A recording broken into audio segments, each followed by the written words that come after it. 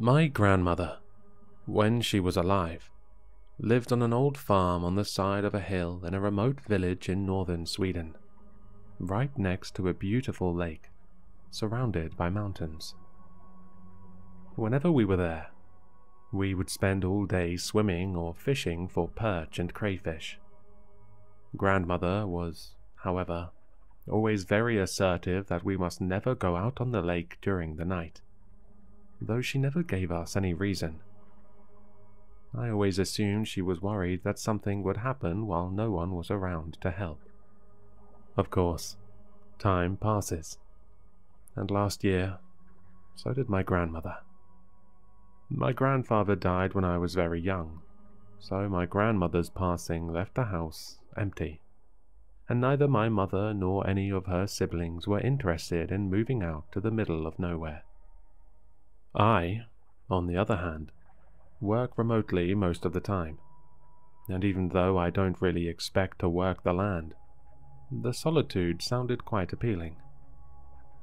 Along with the house itself, I inherited furniture, a tractor, some old farming equipment, and, of course, the small wooden rowing boat we would use whenever we were visiting. I have a single neighbor, a strange old man named Lennart, who lives in a small cottage further up the hill across the road from me.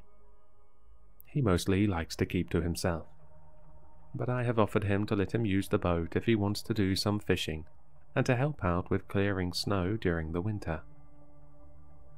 One night, after I had finally settled in and was mostly unpacked, I stood by the window in my bedroom, looking out over the lake. The moon was peeking out over the mountain opposite and cast a beautiful glow on the still water. Suddenly, I was reminded of my grandmother's warnings to not go out on the lake during the night. Curiosity got the better of me, and I made my way down to the boathouse. As I made my way down to the lake, I heard footsteps and a voice calling out behind me. Startled, I turned around to see Lennart. He seemed flustered and asked me, almost accusingly, why I was going down to the boathouse at this hour. Confused, and a little annoyed at his sudden intrusion, I told him that I felt like taking the boat out for a little midnight trip, since this was such a beautiful night. He insisted that going out on the lake during the night was unsafe, had my grandmother not warned me. In hindsight, I feel extremely childish about this, but his insistence just made me more motivated. I told him that I was fully aware of the risks of taking the boat out at night, but that I was a grown adult and capable of making my own decisions. Lennart grumbled, and I could tell he was still very agitated, but he relented, and with a grunt and a dismissive wave, started making his way back up the hill. I pushed my boat out on the water and jumped in. The water was very still, and the combination of the moonlight and almost complete absence of any sounds made for an incredibly soothing experience. I settled around the middle of the lake, perhaps 300 meters from the shore. At this point, I could see most of the houses in the village and the neighboring village. Looking over toward my house, I suddenly realized that Lennart's cottage was entirely dark. He usually had some lights on in the windows, so that was certainly odd, but I could only assume that he had blown a fuse. Around me, the stillness of the water was disturbed by bubbles. Before I knew it, the water was filled with frenzied activity, and with a lurch, the boat suddenly started moving back toward the shore. I was moving significantly faster than my rowing had taken me out onto the lake, and I was holding on for dear life. I worried I would crash into the boathouse, but whatever pushed my boat along navigated it safely back to the spot where I would normally keep it moored, and it slid softly back onto land. I stood up, scared and confused, looking around. 3 dark and bloated silhouettes emerged from the water. In the moonlight, they looked almost like soldiers in ghillie suits, but they clearly wore no diving equipment. They approached swiftly and grabbed me. The creatures smelled vaguely of fish and decaying vegetation, and they spoke in a language I could not comprehend. I managed to make out a single word that was repeated multiple times. Mermelgard. They dragged me inside the boathouse. One of them looked me dead into the eyes and covered my mouth, as it made a gargled hushing sound. Its face was clearly not human, with bulging eyes without eyelids, 2 slits in place of a nose, and no visible ears. I realized it was in fact not wearing anything. However, its leathery dark brown skin seemed to mimic the appearance of decaying leaves.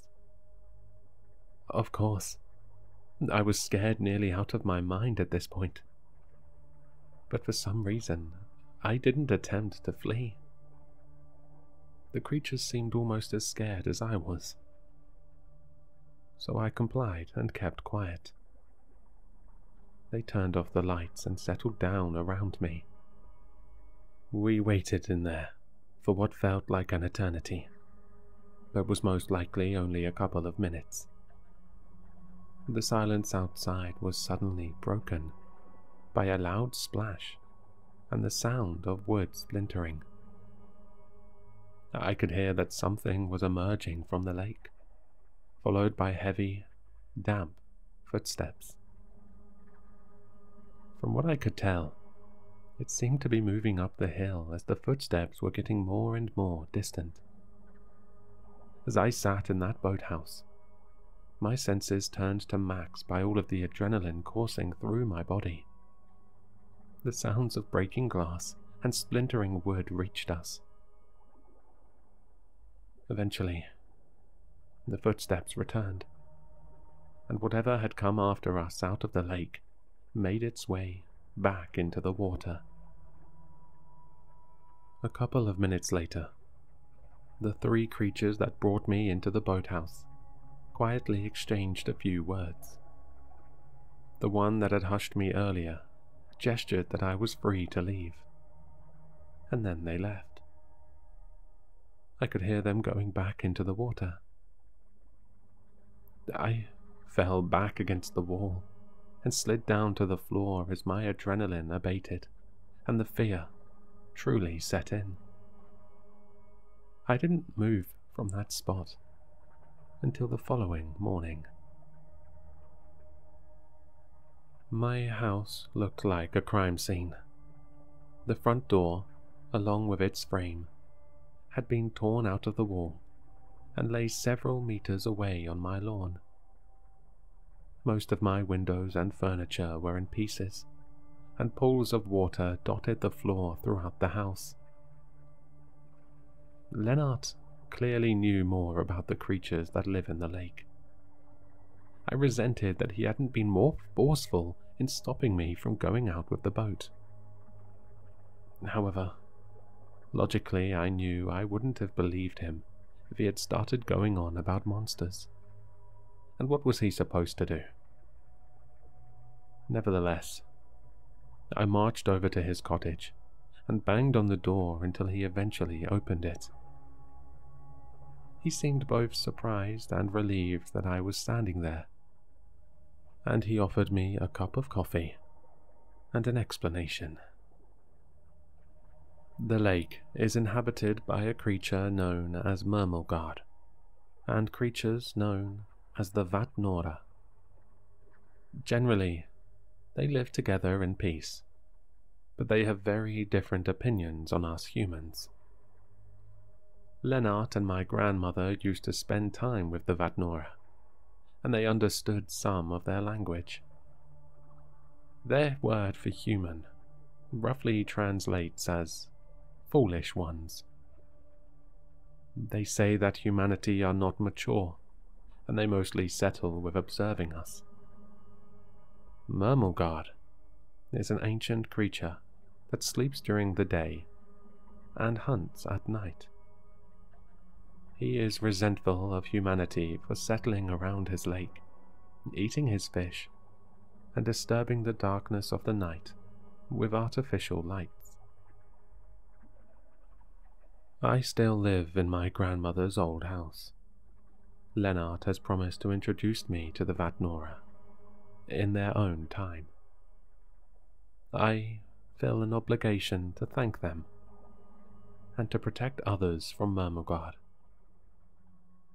I will never go out on the lake during the night again, but I feel strangely safe to do so during the day.